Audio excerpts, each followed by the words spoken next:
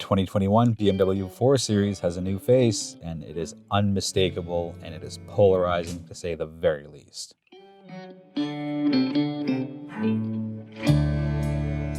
Lexus also has a very polarizing and unique face through their IS series. So we put them together, and I'm joined by Auto Trader's road test editor, Dan Ilika.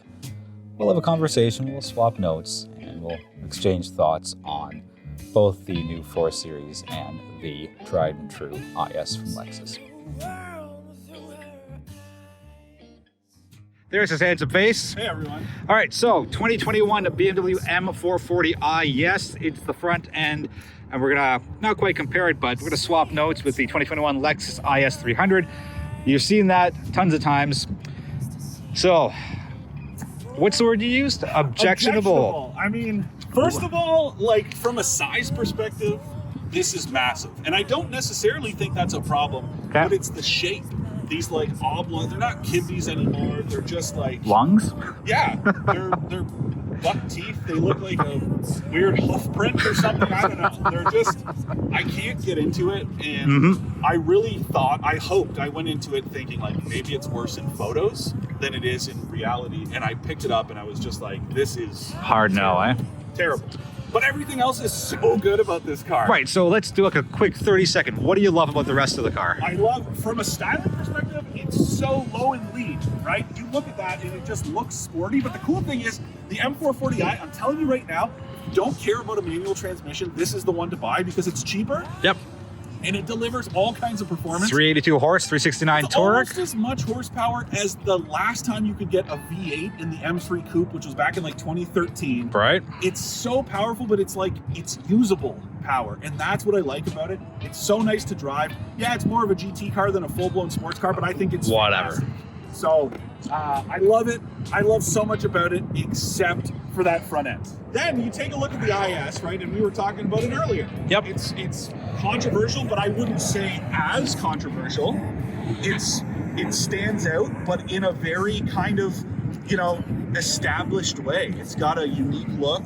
And it matches the rest of the car. Like exactly. All those sharp, like, look at this. I mean, look at the sharp angles. Beautiful. Yep. This is beautiful. The way it flows into the corners. You know, it's the mirrors. Lexus mirrors are. Do you like them? Beauty personified. Are you serious? I love them. You're kidding. I love You're them. kidding. No, I love them. Dan Ilika. Love them. But they're so far away and they're so pulled forward. Yeah, but dude, that's great for visibility, man. Because instead of having quarter glass, you don't need it. You can still see past the mirror. That's a safety thing. This is don't forget, this is Lexus. We're not talking about, you know, performance first. Fair. This is safety first. So you get the added bonus of safety with a great look. Remember a couple years ago, Chevy did a facelift on the Camaro SS.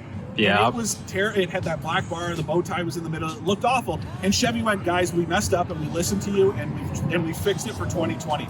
The fact that BMW hasn't done that yet blows my mind because it has been a relentless wave of jokes and criticism, not just from automotive media, from everyone. Cityscape. Shout out Cityscape. I don't know what they do. Do they escape cities? He's on his way out as we speak.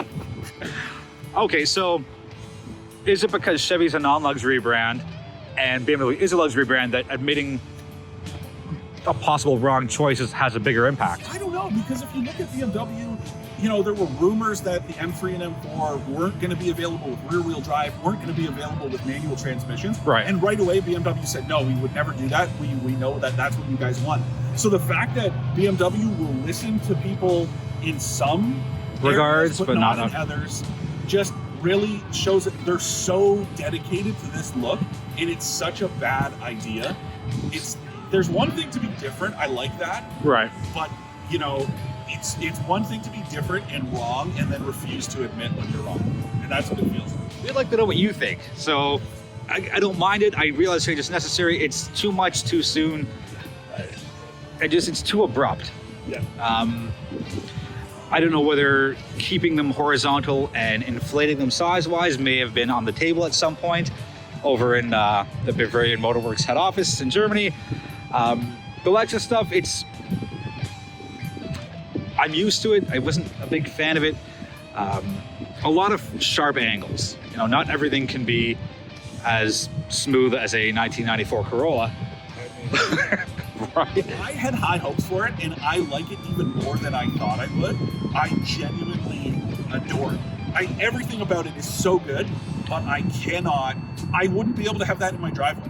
What if you pulled it in forward so nobody could see the front? But people would still know, and I would still know. That's the worst part. What are your thoughts on the new 2021 4 Series front end versus the Lexus spindle grille? Is Lexus's more polarizing? Does BMW stand out more?